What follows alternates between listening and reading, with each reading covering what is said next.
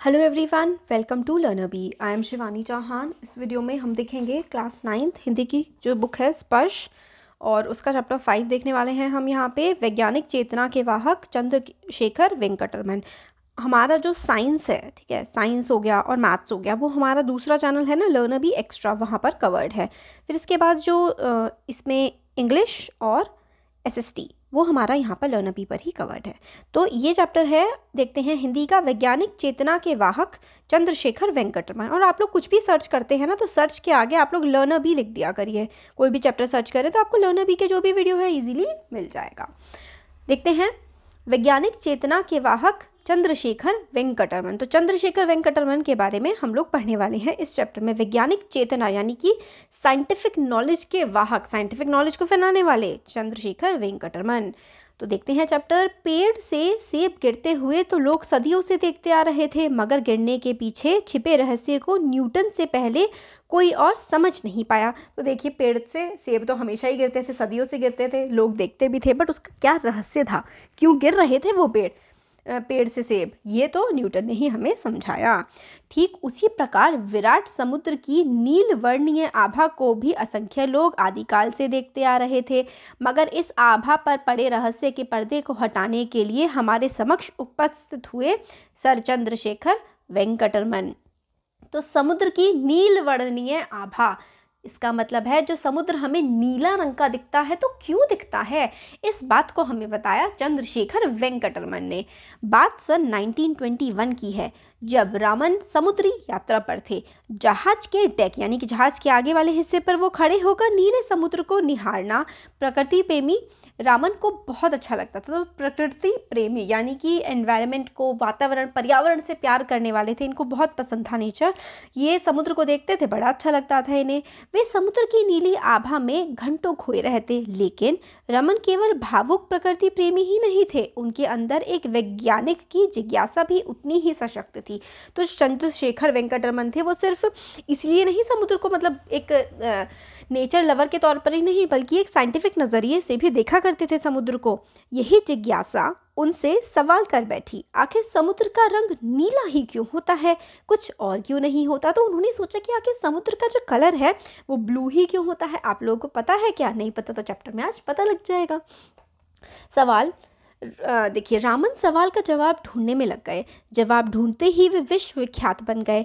तो मतलब इसके जो है आंसर में लग गए कि भाई क्यों ब्लू ही कलर हमें समुद्र का दिखता है, और जैसे इसका आंसर मिला, पूरे वर्ल्ड में विश्वविख्यात यानी कि फेमस हो गए। रामन का जन्म 7 नवंबर सन 1888 को तमिलनाडु के तिरुचिरापल्ली नगर में हुआ था। इनके पिता विशाखापट्टनम में गणित और भौतिकी के शिक्षक थे। पिता इन्हें बचपन से गणित यानी कि मैथ्स और भौतिकी पढ़ाया करते थे। इसे कोई अतिशयोक्ति नहीं होगी कि जिन दो विषयों के ज्ञान ने उन्हें जगत प्रसिद्ध बनाया, उनकी सशक्त नींव उनके पिता ने ही तैयार की थी। तो मतलब ये कहना अतिशयोक्ति मतलब कोई बढ़ा चढ़ा के कहने वाली बात नहीं है, कि जो उनकी साइंस की और मैथ्स की जो नॉलेज है, भौतिकी की और विज्ञान ज्ञान गणित की जो नॉलेज है, वो उनके फादर से ही, बेसिकली फिजिक्स की उनको नॉलेज मिली थी इन सब चीज़ों की। कॉलेज की पढ़ाई उन्होंने पहले ABN कॉलेज तिरुचिरापल्ली से और फिर प्रेसिडेंसी कॉलेज मद्रास से उन्होंने कॉलेज की पढ़ाई करी। उस समय अंग्रेज़ों का राज हुआ करता था हमारे देश में, तो प्रेसिडेंसी कॉलेज हुआ करते थे। BA और MA दोनों ही परीक्षा में उन्होंने काफ़ी ऊंचे अंक हासिल किए, तो काफ़ी अच्छी ग्रेजुएशन उनकी रही। रमन का मस्तिष्क विज्ञान के रहस्यों को सुलझाने के लिए बचपन से ही बेचैन रहता था। अपने कॉलेज के ज़माने से ही उन्हें शोधकर्ताओं में दिलचस्पी लेना शुरू कर दिया था। शोध कार्यों में, यानी कि जो एक्सपेरिमेंटल साइंस होती है ना, उसमें इनका काफ़ी ज़्यादा इंटरेस्ट आ गया था। उनका पहला शोध पत्र यानी कि साइंटिफिक पेपर था, फिलोसॉफिकल मैगजीन में प्रकाशित हुआ। जो पहला इनका साइंटिफिक पेपर था वो फिलोसॉफिकल मैगजीन थी, उसमें पब्लिश हुआ था।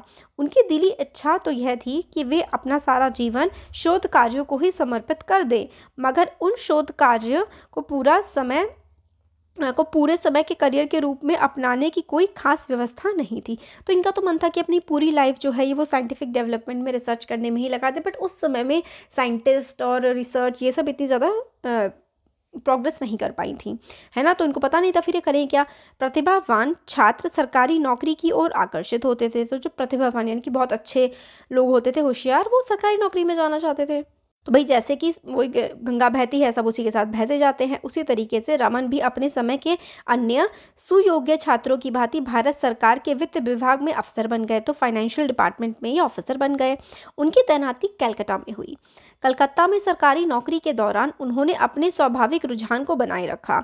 दफ्तर से फुर्सत पाते ही वे लौटते हुए बहू बाजार आते, और जहाँ Indian association for the cultivation of science की प्रयोगशाला थी, तो Indian association for the cultivation of science, ये वहाँ की जो ऑर्गेनाइजेशन थी उसका नाम था, प्रयोगशाला लेबोरेटरी का नाम था।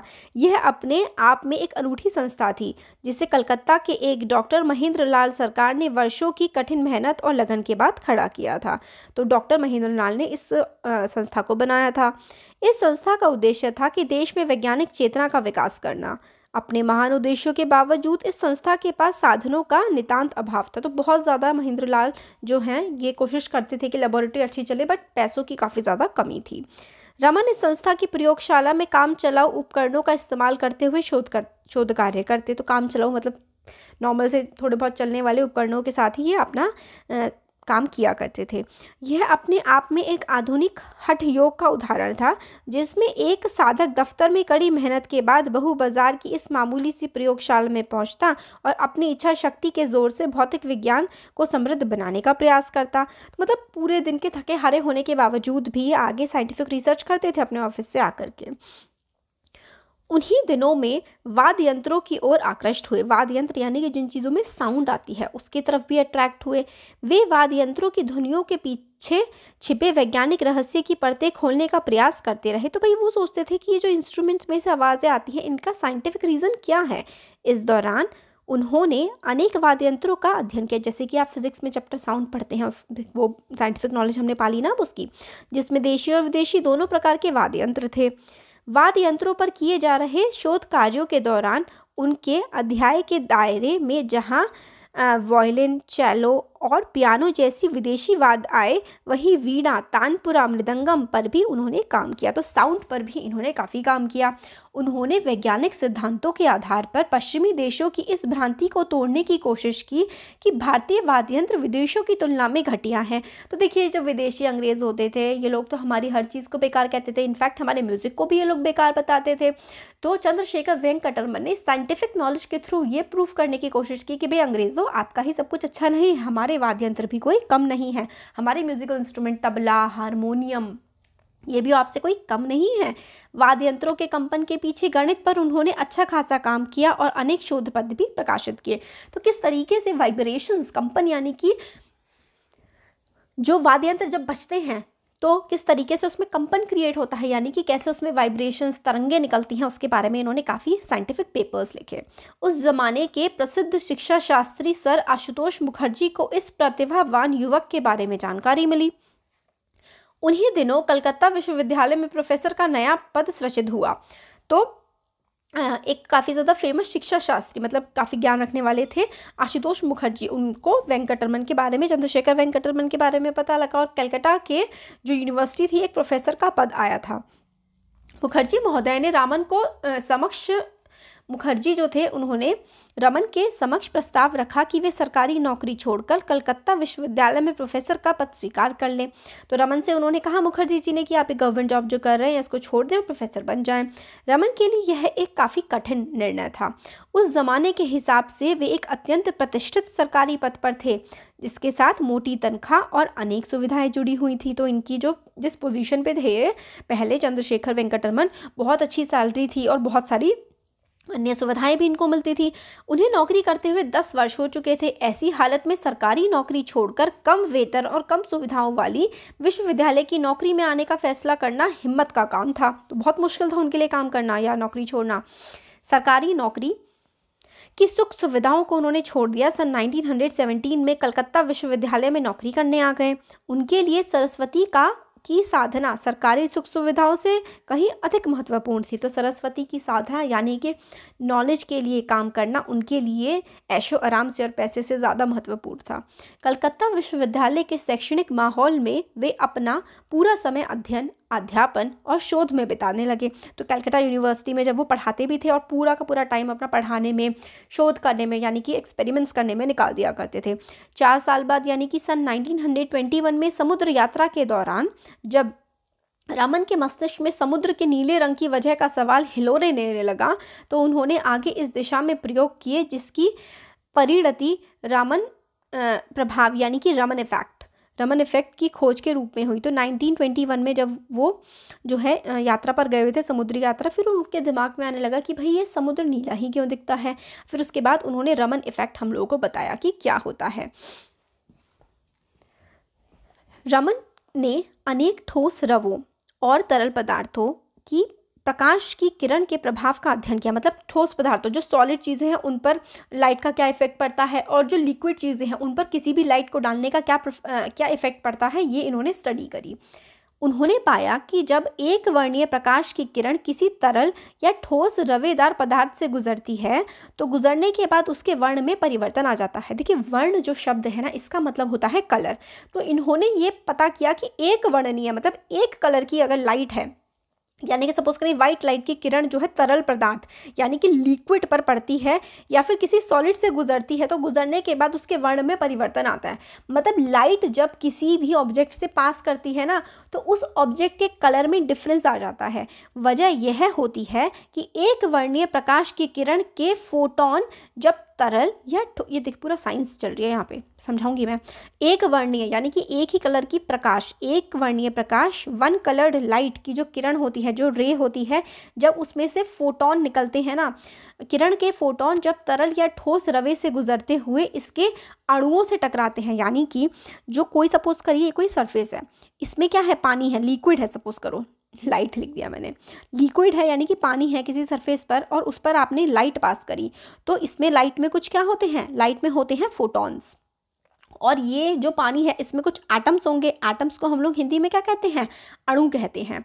तो जब लाइट आई, लाइट में फोटोन थे, फोटोन जो है पानी से टकराए, पानी के एटम्स जो हैं वो हिलते हैं। टकराव से परिणाम स्वरूप वे या तो ऊर्जा का कुछ अंश खो देते हैं या पा जाते हैं। तो मतलब ये फोटॉन्स जो हैं या तो इनकी एनर्जी रिलीज हो जाएगी या फिर इनमें और ज़्यादा एनर्जी आ जाएगी। दोनों ही स्थितियों प्रकाश के वर्ण का रंग बदल देती हैं। एक वर्णीय प्रकाश के किरणों में सबसे अधिक ऊर्जा बैंगनी रंग के प्रकाश की होती है, विबग्योर। ये हम लोगों का विबग्योर, जैसे कि जो हमारा होता है ना रेनबो, रेनबो में सबसे ज़्यादा जो क्या होती है, एक वर्णीय प्रकाश की किरणों में सबसे अधिक ऊर्जा, सबसे ज़्यादा एनर्जी किसकी होती है, वायलेट कलर की। इसी वजह से हम लोगों को पानी ब्लू दिखता है, क्योंकि जब वाइट लाइट पानी पे निकलती है तो वो सबसे ज़्यादा क्या स्कैटरिंग करती है, सबसे ज़्यादा हम लोगों को दिखता है ब्लू कलर उसमें। बैंगनी के बाद क्रमशः नीले, आसमानी, हरे, पीले, नारंगी और लाल वर्ण का नंबर आता है। इस प्रकार लाल वर्णीय प्रकाश की ऊर्जा सबसे कम होती है। एक वर्णीय प्रकाश तरल या ठोस रवों से गुजरते हुए जिस परिणाम में ऊर्जा खोता या पाता है, उसी हिसाब से उसका वर्ण परिवर्तित हो जाता है। मतलब जो कलर एब्जॉर्ब हो जाता है, ये आप लोग 10th क्लास की साइंस में पढ़ेंगे कि जब भी हमारी जो लाइट का सोर्स होता है ना, कोई भी कलर हमें ग्रीन क्यों दिख जाता है, जो कलर वो रिफ्लेक्ट कर देता है, मतलब वापस भेज देता है, वही कलर हमें दिख जाता है। जो कलर वो एब्जॉर्ब कर लेता है वो कलर हमें नहीं दिखता है। जो वाइट लाइट होती है ना, उसमें 7 कलर्स होते हैं, ये विबग्योर 7 कलर्स से मिलकर के वाइट लाइट बनती है। और वाइट लाइट जब किसी ऑब्जेक्ट पे पड़ती है तो वो ऑब्जेक्ट जितने कलर्स को अपने अंदर समा लेता है वो तो हमें नहीं दिखते, जो कलर वो वापस छोड़ देता है वही हमें कलर दिखता है। ये हमें इन्होंने बताया, चंद्रशेखर वेंकटरमन ने। रमन की खोज भौतिकी के क्षेत्र में एक क्रांति के समान थी। इसका पहला परिणाम तो यह हुआ कि प्रकाश की प्रकृति के बारे में आइंस्टीन के विचारों का प्रायोगिक प्रमाण मिल गया। तो मतलब आइंस्टीन ने जो बताया था लाइट के बारे में, अब उसका प्रैक्टिकल भी हमें देखने को मिल गया। आइंस्टीन के पूर्ववर्ती वैज्ञानिक प्रकाश की तरंग के रूप में मानते थे। तो इससे पहले क्या क्या मानते थे कि प्रकाश यानी कि लाइट एक तरंग है, वेव है। मगर आइंस्टीन ने बताया कि प्रकाश अति सूक्ष्म कणों की तीव्र धारा के समान है। बट आइंस्टीन ने क्या बताया कि बहुत छोटे छोटे पार्टिकल्स, फोटॉन्स जो हैं वो बहुत ही तेज़ी से चलते हैं, उससे लाइट बनती है।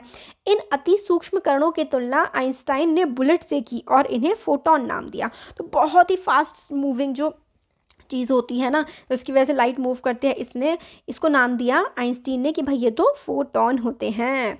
रमन के प्रयोग ने आइंस्टीन की धारणा का प्रत्यक्ष परिणाम दे दिया। तो रमन इफेक्ट जिसे हम कहते हैं, उसने आइंस्टीन ने जो थ्योरी दी थी उसका प्रैक्टिकल प्रूफ दे दिया। क्योंकि एक वर्णीय प्रकाश के वर्ण में परिवर्तन यह साफ तौर पर प्रमाणित करता है कि प्रकाश की किरण तीव्रगामी सूक्ष्म कणों के प्रवाह के रूप में व्यवहार करती है। तो यानी कि प्रकाश जो है वो बहुत ही फास्ट मूविंग फोटोन की तरह एक्ट करता है। अभी ये प्रूफ हो गया था। रमन की खोज की वजह से पदार्थों के अणुओं और परमाणुओं की आंतरिक संरचना का अध्ययन सहज हो गया। मतलब जो भी चीज़ें हैं किसी भी तरल पदार्थ में, या फिर तरल यानी कि लिक्विड, और ठोस यानी कि सॉलिड पदार्थ में, सॉलिड चीज़ में जो भी एटम्स हैं, अणु हैं, उनकी स्टडी करना आसान हो गया। पहले इस काम के लिए इंफ्रारेड स्पेक्ट्रोस्कोपी का सहारा लिया जाता था। पहले इंफ्रारेड स्पेक्ट्रोस्कोपी का सहारा लेते थे।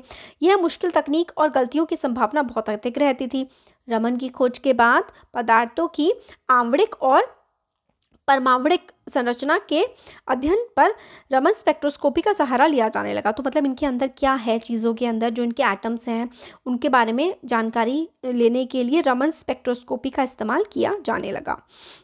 यह तकनीक एक वर्णीय प्रकाश के वर्ण में परिवर्तन के आधार पर पदार्थों के अणुओं और परमाणुओं की संरचना की सटीक जानकारी देती है। अणु और परमाणु, इलेक्ट्रॉन्स, प्रोटॉन्स, न्यूट्रॉन्स, जो भी चीज़ें हैं अंदर, उसके बारे में हमें सही जानकारी रमन स्पेक्ट्रोस्कोपी से मिल जाती है। इस जानकारी की वजह से संश्लेषण प्रयोगशाला में करना तथा अनेक उपयोगी पदार्थों का कृत्रिम रूप से निर्माण संभव हो गया। तो लेबोरेटरी में एक्सपेरिमेंट करना और काफ़ी सारे उपयोगी पदार्थों का कृत्रिम रूप से निर्माण, मतलब लेबोरेटरी में बनाना चीज़ों को आसान हो गया। रमन प्रभाव की खोज ने रमन को विश्व के चोटी के वैज्ञानिकों की पंक्ति में ला खड़ा किया। पुरस्कारों और सम्मानों की तो जैसे झड़ी सी लगी रही। उन्हें सन 1924 में रॉयल सोसाइटी की सदस्यता से सम्मानित किया गया। सन 1929 में उन्हें सर की उपाधि प्रदान की गई।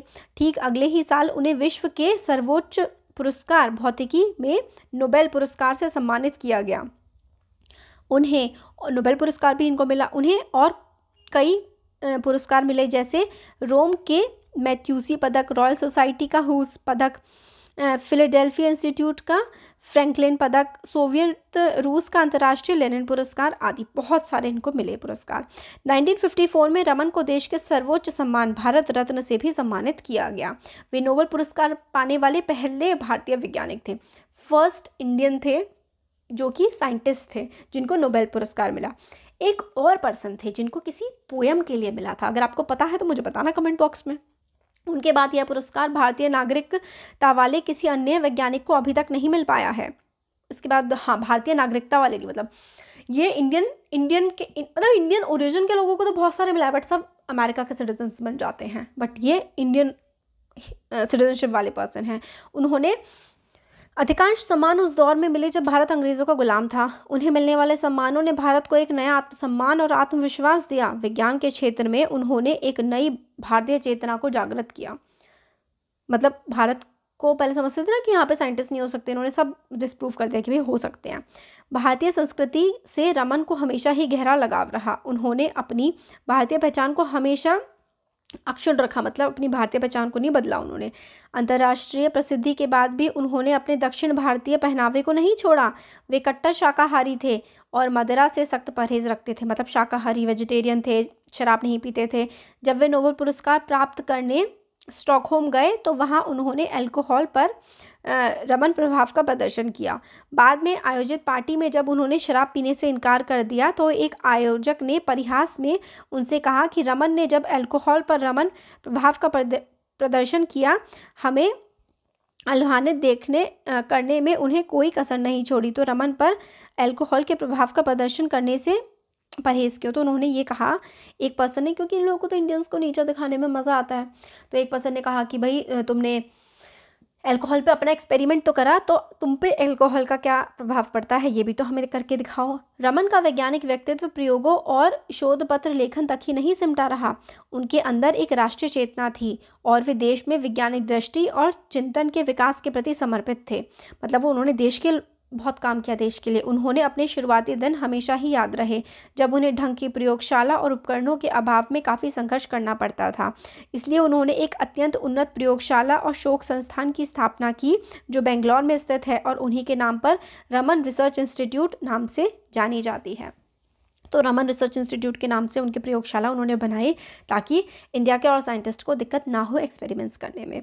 भौतिक शास्त्र में अनुसंधान को बढ़ावा देने के लिए उन्होंने इंडियन जर्नल ऑफ फिजिक्स नामक, भौतिक जो फिजिक्स होती है, इंडियन जर्नल ऑफ फिजिक्स नामक शोध पत्रिका प्रारंभ करी। उनके जीवन काल में उन्होंने सैकड़ों शोध छात्रों का मार्गदर्शन किया। जिस प्रकार एक दीपक से अन्य कई दीपक जल उठते हैं, उसी प्रकार उनके शोध छात्रों ने आगे चलकर काफ़ी अच्छा काम किया। उन्हीं में कई छात्र बाद में उच्च पदों पर प्रतिष्ठित हुए। विज्ञान के प्रसार प्रचार के लिए वे करंट साइंस नामक एक पत्रिका का भी संपादन करते थे। तो इन्होंने अपनी लेबोरेटरी बनाई, अपने पेपर्स लिखा करते थे और साइंस जर्नल्स के में भी ये लिखा करते थे।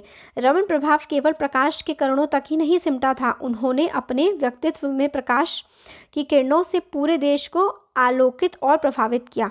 उनकी मृत्यु 21 नवंबर 1970 के दिन 82 वर्ष की आयु में हुई।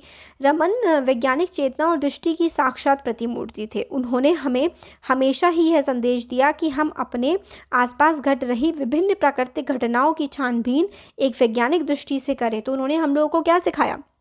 इनकी डेथ हो गई थी 1970 में, देश की आज़ादी के लगभग ऑलमोस्ट 20-23 साल बाद, है ना।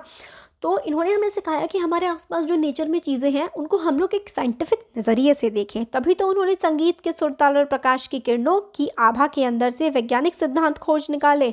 हमारे आसपास ऐसी ना जाने कितनी ही चीज़ें भरी पड़ी हैं जो अपने पात्र की तलाश में हैं। ज़रूरत है रमन के जीवन से प्रेरणा लेने की और प्रकृति के बीच छुपे वैज्ञानिक रहस्य का भेदन करने की। तो हम रमन चंद्रशेखर वेंकटरमन की लाइफ से हम लोग इंस्पिरेशन लें और हमारे आसपास की चीज़ों के बारे में खोज करें। तो ये चैप्टर था, हमें साइंस के बारे में काफ़ी कुछ बताता है और हमारे देश के जिनको नोबेल प्राइज़ विनर हैं, वो भी कब, जब हमारा देश आज़ाद भी नहीं हुआ था तभी इन्हें नोबेल प्राइज़ मिल गया था, उनके बारे में पूरा चैप्टर हमने समझा। अच्छा लगा है तो सब्सक्राइब ज़रूर करिए चैनल को और लाइक करिए वीडियो को। Thank you.